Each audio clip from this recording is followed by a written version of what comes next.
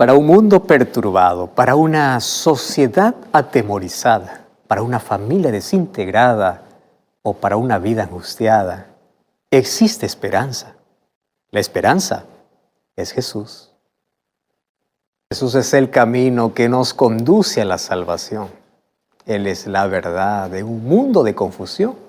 Él es la vida para aquel que camina en destrucción. Que hoy Jesús sea tu esperanza y que solo en Él puede estar tu confianza. Bienvenido. Está comenzando Libertad sin Límites. Me alegra una vez más abrazarte en la distancia, allí donde tú estás. Mira cómo la tecnología nos permite estar tan cerca, aun cuando estemos tan lejos. Aquí cruzamos fronteras, llegamos hasta el lugar donde tú estás. Te acompañamos en la sala, en el cuarto, en la cocina, en donde tú estés, mientras estás viajando, estás caminando, realizando tus actividades. Y a través de la radio, y a través de la TV, y a través de las redes sociales, estamos listos para vivir una experiencia linda, como siempre lo vivimos aquí en Libertad sin Límites. Y es que en la palabra del Señor encontramos la verdadera libertad. Y cuando descubrimos la verdadera libertad, podemos tener una vida plena, una vida sin límites, porque conocemos cuál es la estructura, cuál es el plan que Dios tiene para la vida. Y hoy quiero aprovechar este momento, al comenzar este programa, para darte un regalo. Y se trata de un DVD que fue grabado directamente en Israel. Tuve el privilegio de poder viajar a Tierra Santa y poder grabar 15 o 13 capítulos hablando sobre el plan de Dios mostrado en el santuario. Por eso el DVD se llama Santuario, el Camino de Dios. Tú puedes solicitar este material a nuestro número de WhatsApp, que es el +5512 9810 1460, o también puedes ingresar a este sitio web, estudielabiblia.com. Ingresa allí y vas a encontrar este material para que tú puedas disfrutar de su contenido. Estamos listos para una jornada más, listos para poder comenzar un programa más para la gloria del Señor y para que juntos podamos fortalecernos en su palabra, porque ese es el único propósito que nos une. Tú no estás allí por casualidad, no. Tú llegaste a este programa con un propósito y Dios tiene hoy un mensaje especial para tu vida. Tú no estás allí para escuchar a un pastor, a un ser humano, no, estás para escuchar la palabra del Señor. Y estamos listos aquí, como siempre, con Biblia en mano, para permitir que Cristo pueda hablar a nuestro corazón, pueda iluminar nuestra vida a través de su palabra. Muy bien, vamos a una brevísima pausa. No cambies el canal, que ya regresamos. Esto es Libertad sin Límites. ¿Sabes que la palabra fe es una palabra tan pequeña? Apenas tiene 2 letras, pero es tan poderosa. Por la fe se cerraron boca de leones. Por la fe Pedro salió de la cárcel. Por la fe se abrió el mar. Por la fe se derribaron muros cuando Dios dio la orden para que puedan rodear a Jericó.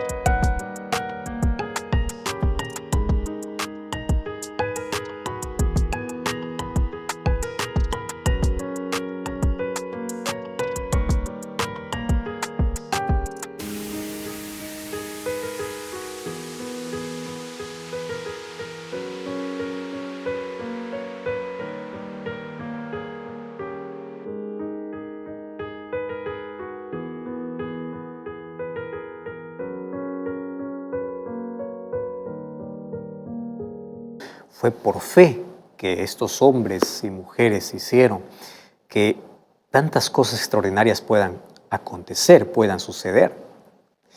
Y el libro de Hebreos capítulo 11 habla sobre una galería de hombres y mujeres que no fueron grandes por su capacidad, sino fueron grandes por su experiencia de fe que tuvieron en Dios.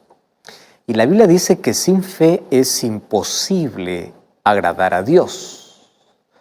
Entonces la fe es un elemento esencial que lo practicamos en la vida. Cuando vamos al médico tenemos fe que la receta que nos va a dar nos va a sanar. Cuando vamos a la farmacia tenemos fe que el medicamento que nos da es el correcto. Los bancos dan préstamos por fe. La vida está en base a confianza, en base a fe.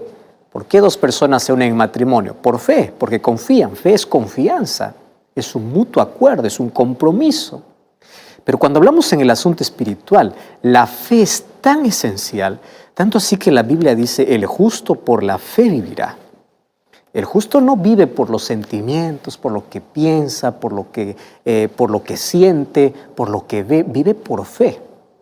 Y fe es ver más allá de las circunstancias presentes. La fe nos abre las puertas del cielo. Tanto así que la salvación es hecha por fe y gracia. Gracia es lo que recibimos, fe es nuestra respuesta ante la gracia. Hoy vamos a hablar de fe, porque eso es tan importante y elemental en nuestra vida. Mas vamos a hablar la fe en una historia que sucedió en el ministerio de Cristo, que Jesús mismo se quedó sorprendido con la fe de alguien que ni siquiera pertenecía al pueblo de Israel. Esa historia vamos a analizar hoy, que tiene que ver mucho con nuestra vida. ¿Estás preparado? Toma tu Biblia, lápiz y papel, listo para poder estudiar la palabra de Dios. Antes, vamos a una brevísima pausa. No cambies el canal, ya regresamos. La fe es elemental en nuestra vida. Palabra corta que puede hacer cosas extraordinarias. Jesús dijo, si tuvieras fe como un grano de mostaza.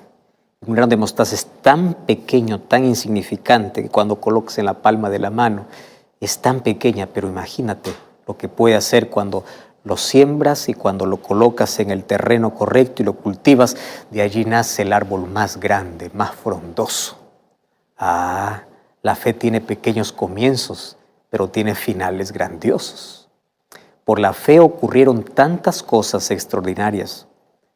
Y no se trata de ser un gran hombre, se trata de ser un hombre con gran fe. Y ahí hay una diferencia enorme, ¿verdad? Aquel que tiene fe, no importa lo pequeño, lo insignificante que sea en la vida, pues va a alcanzar grandes cosas. Y no todos los hombres tienen fe. Cuando hablo de hombres, estoy hablando de hombres y mujeres. No todos tienen fe.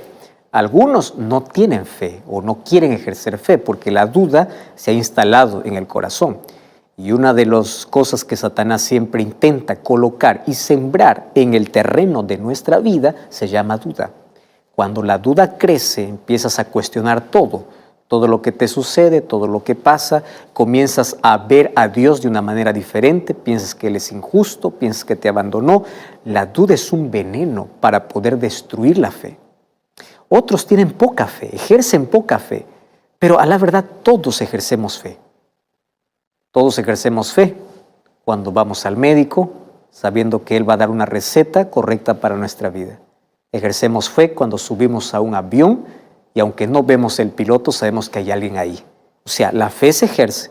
El problema es que a veces depositamos nuestra fe en el lugar equivocado. Depositamos fe o nuestra confianza en un político, en la familia, en amigos que finalmente pueden terminar traicionándonos, abandonándonos. Y donde debemos colocar completamente nuestra fe, lo colocamos de manera superficial en Dios. Qué triste, ¿verdad? A veces nuestras mayores frustraciones de la vida es porque confiamos completamente en el ser humano y superficialmente en Dios. Allí vienen nuestras mayores frustraciones. Ahora, la fe es la mayor riqueza que el ser humano puede tener. Riqueza no se trata de tener dinero. Hay gente tan pobre, pero tan pobre que solo tiene dinero. Porque todo lo demás carece de todo. Pero la gente más rica o la mayor riqueza en este mundo se trata de la fe que tú puedas tener.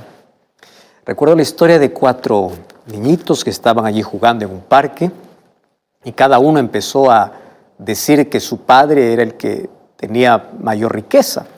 Uno de ellos comenzó diciendo: mi padre tiene mayor riqueza porque acaba de comprarse el auto del año y tiene una casa enorme. El otro le responde: no, mi padre tiene mayor riqueza porque él es socio de una compañía aérea, así que podemos viajar de vacaciones a donde querramos, el momento que querramos. El tercero dice: no, mi padre es el que tiene mayor riqueza porque él es gerente del banco y aparte tiene otros beneficios. Y cada uno discutiendo. Y faltaba un último, ¿no? Porque eran 4. Y ahí el cuarto niño no sabía qué responder, no sabía qué decir, porque su padre no tenía ninguna de las cosas que los otros tenían. Y le dice: mi padre es el más rico de todos, porque mi papá cree en el Dios del universo y él tiene fe. Y todo lo que le pide, Dios le da. Qué tremendo, ¿no? Y la mentalidad de un niño que piense que la mayor riqueza de la vida se trata de la fe. Fíjate una cosa, la fe es lo único que te sostiene en las mayores crisis de la vida. Tú puedes tener mucho dinero, pero en las mayores crisis el dinero te abandona. Tú puedes tener títulos colgados en la pared, puedes tener honores, puedes tener reconocimientos, puedes tener fama. Pero sabes que de nada sirve todo eso cuando tienes el corazón vacío, cuando en la vida no hay satisfacción, no hay plenitud. Tú puedes tener los mayores honores, pero en las mayores crisis de la vida, ninguna de esas cosas te puede sostener. Ahora, uno de los mayores regalos que Dios da al ser humano, que viene del cielo, se llama fe. Y hoy quiero hablar acerca de fe. Mateo capítulo 8, versículo 5 hasta el versículo 10. Vamos a leer solo 5 versículos. Mateo 8, 5 al 10. Dice así: entrando Jesús en Capernaum, vino a él un centurión rogándole. A mí me encanta analizar algunas expresiones. Vino a él un centurión rogándole, diciéndole: Señor, mi criado está postrado en casa, paralítico y gravemente atormentado. Y Jesús le dice: yo iré para sanarlo. Mas respondió el centurión y le dijo: Señor, no soy digno de que entres bajo mi techo. Solamente di la palabra y mi criado sanará. Porque también yo soy hombre bajo autoridad y tengo bajo mis órdenes soldados. Digo a este: ve y va, al otro: ven y viene, a mi siervo: haz esto, y lo hace. El versículo 10 dice que Jesús, al oír esto, se asombró, se maravilló y dijo a los que le seguían: de cierto os digo que ni aún en Israel he hallado tanta fe. Suficiente, ¿verdad? ¿Por qué dice Jesús eso? Porque los demás, viendo a Jesús, no creían, pero este hombre creía en la palabra de Jesús. ¿Tú crees en la palabra de Jesús o más crees en tus sentimientos? Hay gente que más cree en lo que siente que en las promesas de Dios. Yo no siento que Dios está conmigo. Yo siento que Dios me abandonó. Yo siento que Dios me perdonó. Deja de sentir y comienza a creer. Yo creo en el perdón de Dios. Yo creo en la gracia de Dios. Yo creo que Dios nunca me abandona. Yo creo que Dios está conmigo. Este hombre creyó en la palabra. Y hoy quiero resaltar de esta historia, de estos 5 versículos, 6 cosas importantes para nuestra vida. Número 1, ¿quién era aquel que va a pedir ayuda a Jesús? Dice que era un centurión. Y bueno, ¿quién era un centurión? Un centurión era el jefe de 100 soldados romanos. Y los soldados romanos eran crueles, duros, insensibles. Eran personas que para mantener la ley romana tenían que practicar las mayores crueldades. Imagínate el trabajo de un soldado romano cuando tiene que crucificar. ¿Cómo tiene que dormir aquella noche cuando sabe que en el día él dio la orden para crucificar y él vio a alguien ver o muriendo crucificado? Eran personas ya insensibles. Y este era el jefe de 100. Y a menudo, cuando alguien cree que tiene un poco de posición en la vida, cuando alguien cree que es el jefe, piensa que el asunto de acercamiento a Jesús es un asunto inútil. Mira, este es un jefe de 100 soldados romanos. Pero este era un jefe diferente. Y hoy te voy a demostrar que este no era un jefe como comúnmente en el mundo se conoce. Este era un líder con un corazón bueno. Podría tener el rostro lleno de amargura o quizá para imponer autoridad, pero el corazón de este hombre era noble. Él era un líder, alguien que se preocupaba por las personas, alguien que se preocupaba por aquellos a quien él cuidaba.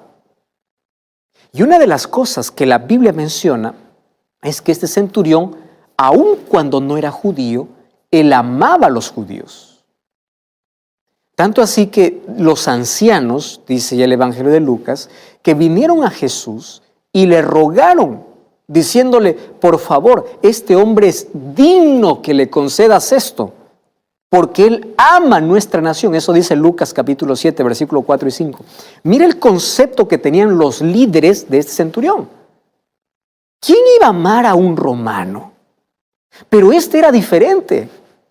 Y a mí me encanta porque en este mundo hay tanta gente que marca la diferencia sin ser creyente. Yo te felicito a ti, porque eres una persona noble, eres una persona paciente, eres una persona amorosa, eres una persona servicial. Aún no estás dentro de una congregación, pero tú estás viviendo dentro de tu vida principios que Dios quiere, como el amor, como el servicio. Pero tú no tienes que quedarte allí. Tú tienes que dar un paso más. Tú no puedes quedar en indiferencia. Todo esto está bien, pero tienes que aceptar a Jesús. Si tú ya estás viviendo como creyente, porque sabes, yo conozco en mi vida gente tan noble que tiene una conducta excepcional, y este era uno de ellos. Los ancianos le dijeron, mira, tienes que conceder un favor a él, porque este hombre es distinto. A todos los demás ni los queremos ver, pero este no, este es diferente. Y qué lindo es cuando alguien se expresa así, ¿verdad? Este es diferente. No, los otros son así, no, pero este no es así. O sea, este centurión era un hombre excepcional. Y ahora, es muy interesante este detalle porque los judíos siempre eran menospreciados por los romanos. No había romano que tratase bien a un judío. Pero otra vez, este hombre era diferente. Él era un hombre muy rico, pero también era muy generoso. Él tenía siervos, pero no los trataba a sus siervos como personas sin valor. Los cuidaba. Y tanto así que el libro de Lucas dice que cuando rogaron a Jesús que pueda concederle lo que él pedía, ellos resaltan de que este centurión les edificó una sinagoga. Mire el amor que tenía. Ahora, para edificarles una sinagoga significaba que él también era un creyente. No era judío, no pertenecía al pueblo de Dios, pero en su corazón ya había aceptado a Dios por fe. O sea, era un hombre, digamos, generoso y bondadoso, que son dos cualidades extraordinarias y que todo hijo de Dios debe tener. Generoso y bondadoso. Y claro que él era centurión romano. Él no era un judío, pero era un judío familiarizado con las Escrituras. Y sabes que una gran fe tiene que ser nutrida en medio de las mayores dificultades. Así como el oro brilla en el fuego, la fe brilla en las adversidades. Cuando yo pienso, ¿quién era aquel que se acercó a Jesús? Yo pienso en la grandeza de un hombre con tanta influencia que a pesar del poder que tenía, reconoció su pequeñez para acercarse a Jesús, que ni siquiera el pueblo judío lo aceptaba. Pero este centurión romano vio de que Jesús era el Mesías. Ahora, yo te dije que era un líder totalmente diferente, y esto es lo segundo que te quiero comentar hoy. Es difícil encontrar personas que tengan compasión. ¿Sabes que la compasión se está perdiendo? Cada vez nosotros encontramos más violencia y más maldad y menos generosidad. Más catástrofes, más problemas, más decepciones, más cosas así, pero menos generosidad y menos compasión. La gente no tiene más compasión. Puede decir, pobrecito, y ahí acabó. Pero la compasión va más allá. La compasión te mueve a la acción, no solamente es palabras. Entonces, este centurión era un hombre bondadoso, era un hombre generoso y era un hombre compasivo. Porque este hombre estaba interesado en el bienestar de su siervo que estaba enfermo. Y ahí el versículo 2 dice que él amaba a su siervo. Mira, esto realmente ya me dice con qué hombre yo estoy o a qué hombre estoy estudiando. Que un patrón ame a su esclavo, eso no era común. Porque antes a los esclavos los trataban como animales. No tenían privilegios, no tenían derechos, no tenían nada. Ahora, que alguien tenga una relación estrecha con un siervo, una relación buena y que le dé un trato bueno, ya me dice de la grandeza y de la nobleza que había en el corazón de este hombre. Así que cuando su siervo se enfermó, él no dijo, pues bueno, mira, ¿sabes qué? Tú verás dónde busca medicina, yo no te quiero enfermo, tú te vas y punto. O bueno, tú continúa trabajando aunque estés enfermo. No. La bondad de su corazón lo demostró con acciones, porque la compasión te lleva a la acción. Su esclavo estaba enfermo y él creyó que su compasión, unida a la compasión de Cristo, era suficientemente profunda para poder curar esa enfermedad. Ahora, esta es la grandeza de un hombre que se muestra en cómo trata a los más pequeños. Es fácil tratar a aquellos que están por encima de ti con tanto amor y con tanto respeto y sonreírlos siempre en todo momento. Pero la grandeza de un hombre no se mide por cómo trata a sus superiores. La grandeza de un ser humano se mide en cómo trata a aquel que considera más pequeño. Y aunque al pie de la cruz todos somos iguales, y aunque todos somos miserables y pecadores, este mundo nos ha enseñado o vivimos en un planeta donde existen ciertas posiciones que alguien le coloca por encima de otro. Pero una de las cosas que me llama la atención de un hombre que ni siquiera pertenecía al pueblo de Dios era el concepto que él tenía de Dios y de las personas. Porque aquel que reconoce a Dios como el superior de todos es aquel que trata a las personas como deben ser. ¿Cómo trató este centurión a su siervo? Con amor, con compasión. No lo maltrató, no lo despidió. Buscó ayuda y él tuvo que dejar posiblemente el prejuicio de la burla y de todo. Fue hasta Jesús, fue a rogarle, fue a pedirle, fue a implorarle. No por él, sino por un siervo, ¿entiendes? A veces nosotros podemos ir a gritar, a pedir ayuda, auxilio. Pero cuando se trata de mí, cuando se trata de mi esposa, cuando se trata de mis hijos, cuando se trata de mi familia.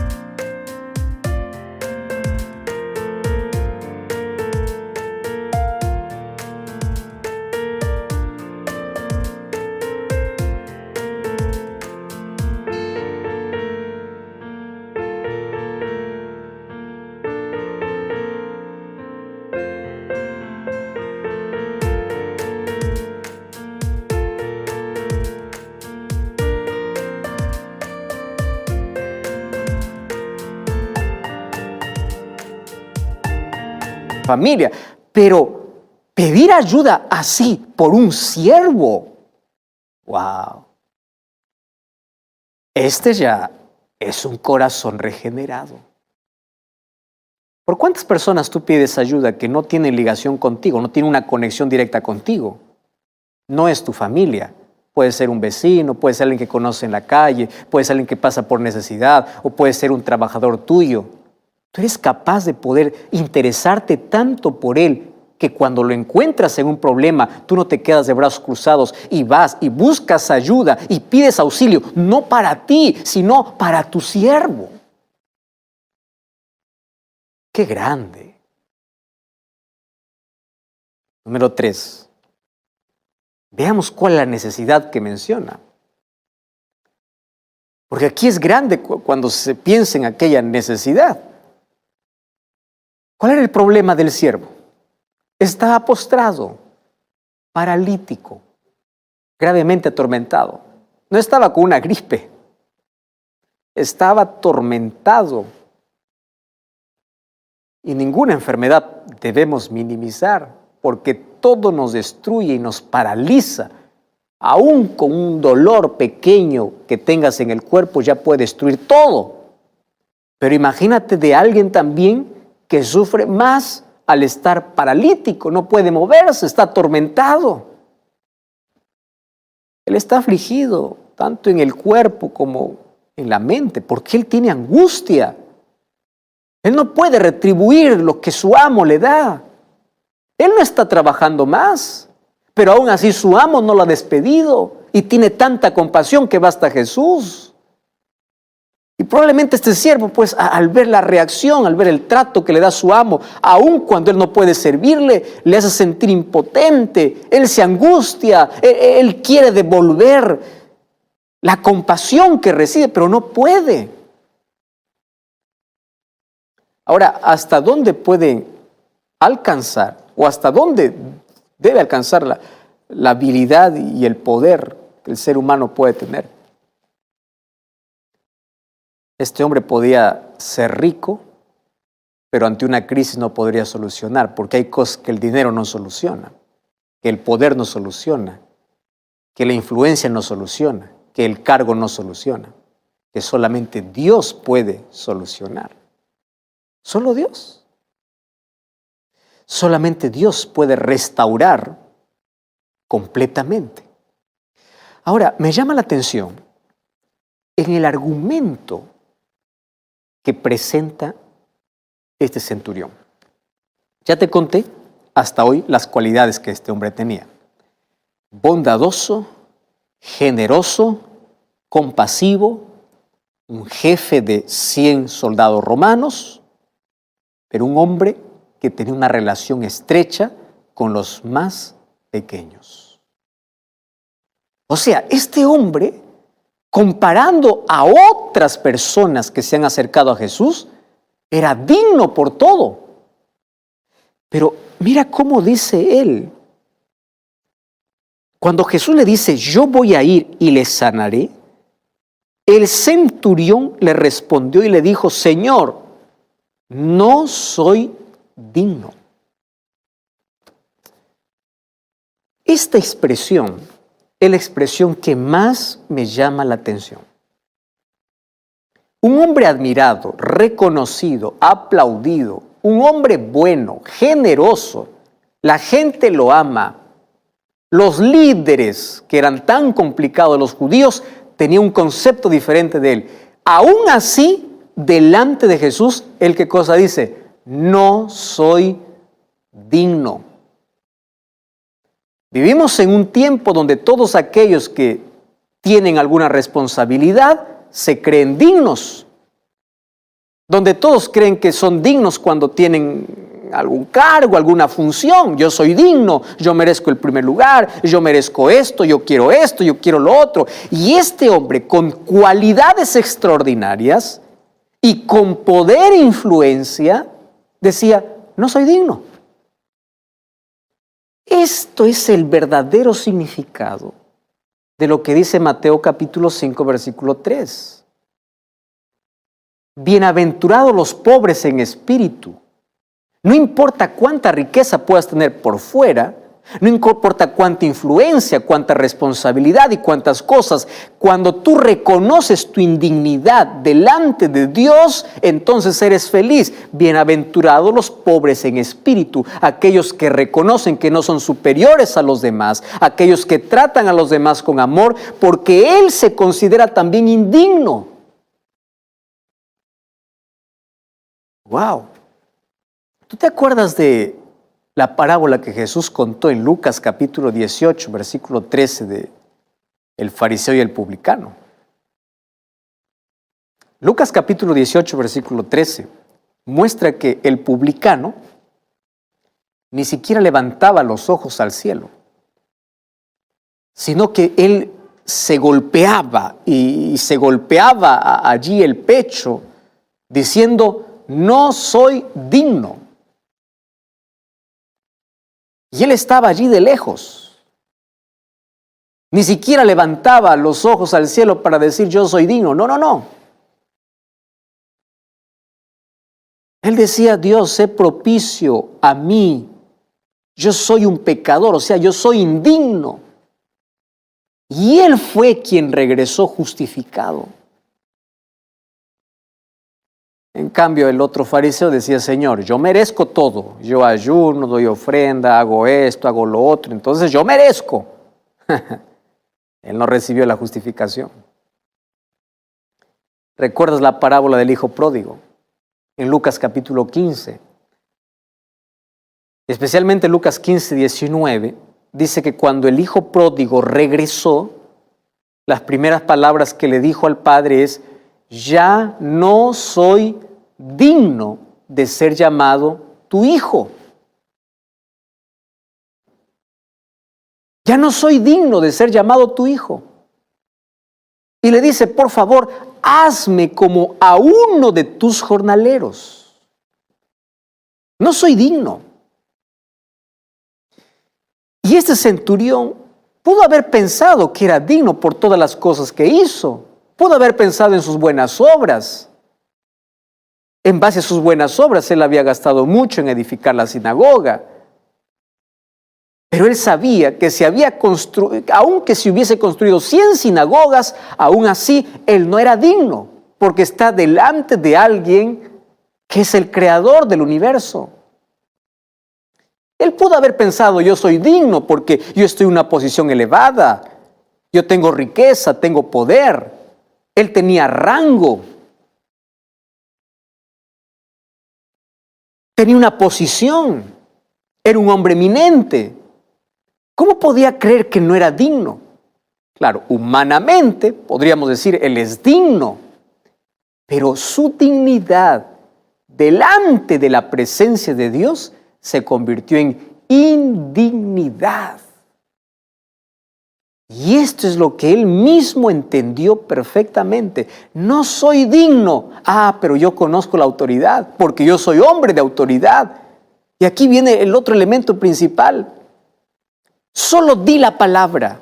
Eso es todo lo que le pidió. Solo tu palabra. El centurión sabía que Jesús podía hacer lo que le pidió. Él creía de todo corazón que Jesús tenía autoridad y su palabra tenía poder.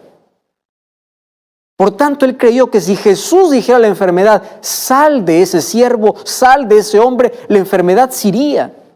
Porque cuando la autoridad habla, el sujeto obedece. ¿Recuerdas cuando Cristo mandó parar la tempestad en medio del mar? Obedeció. Cuando Cristo mandó que los muertos se levantaran, resucitaron. Su poder no conoce límites. Él es todopoderoso. Él tiene toda autoridad en el cielo y en la tierra. Y es importante observar que este centurión tenía fe en la palabra de Jesús. Él dice: solo di la palabra y mi siervo será sano.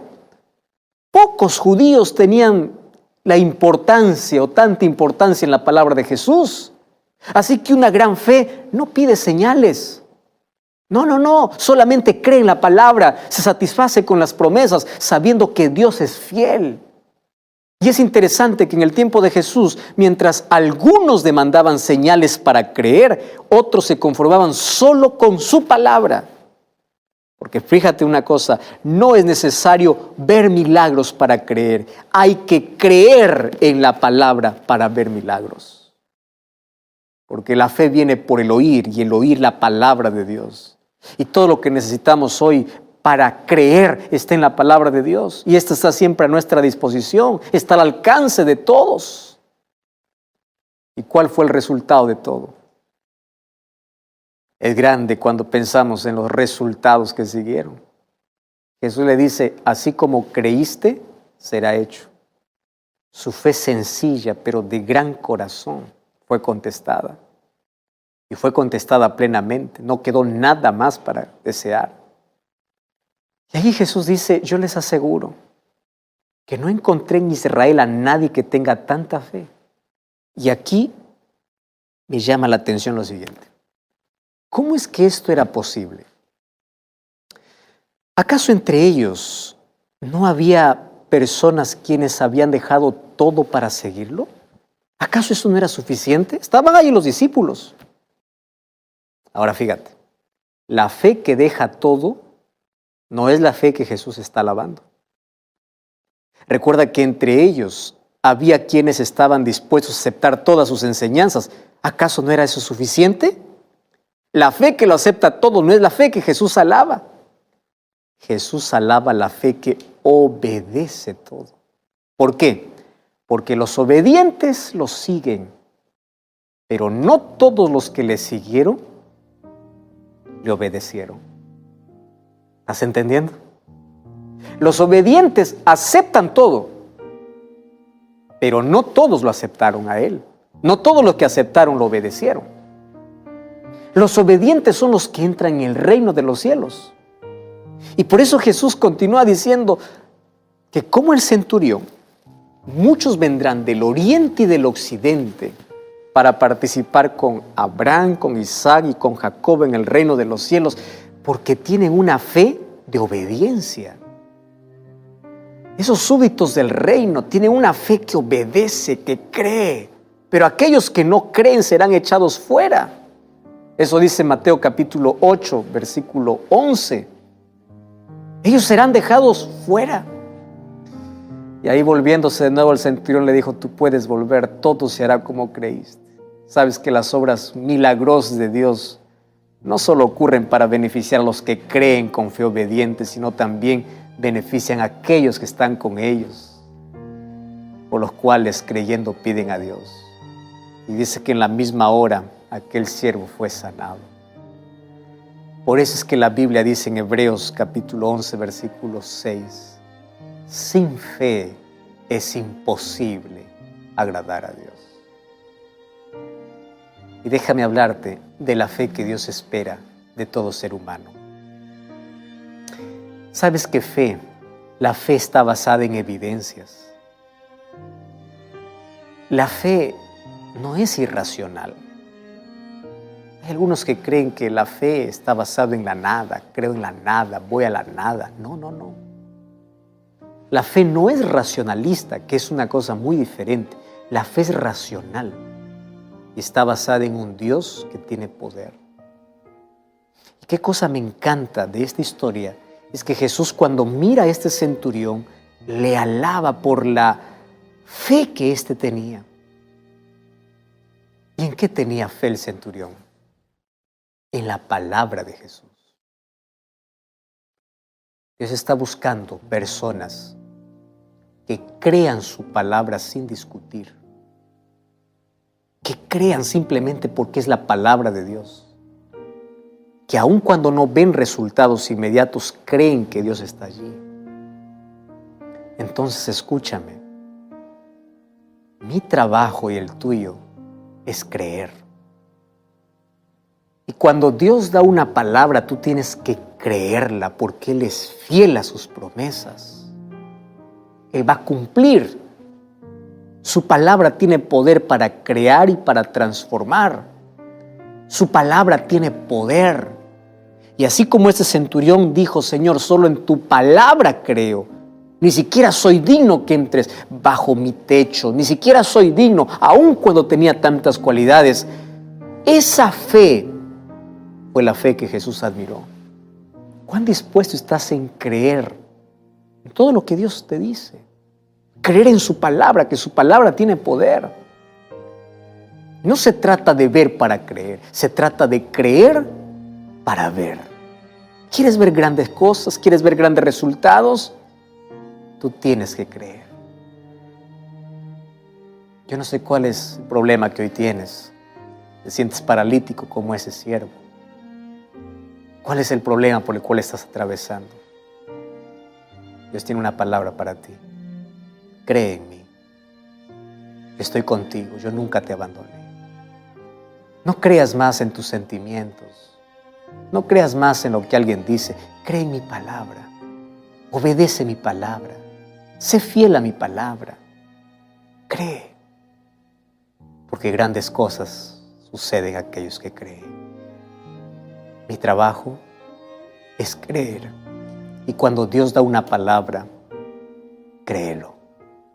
Su palabra es verdadera. Cree, Dios te puede restaurar. Dios te puede libertar. Dios te puede hacer una nueva criatura. Mi trabajo es creer, es la música que mi esposa va a cantar en este momento. Mientras ella canta, toma las promesas de Cristo en tu vida y di como ese centurión: Señor, aun cuando no soy digno, yo creo en tu palabra.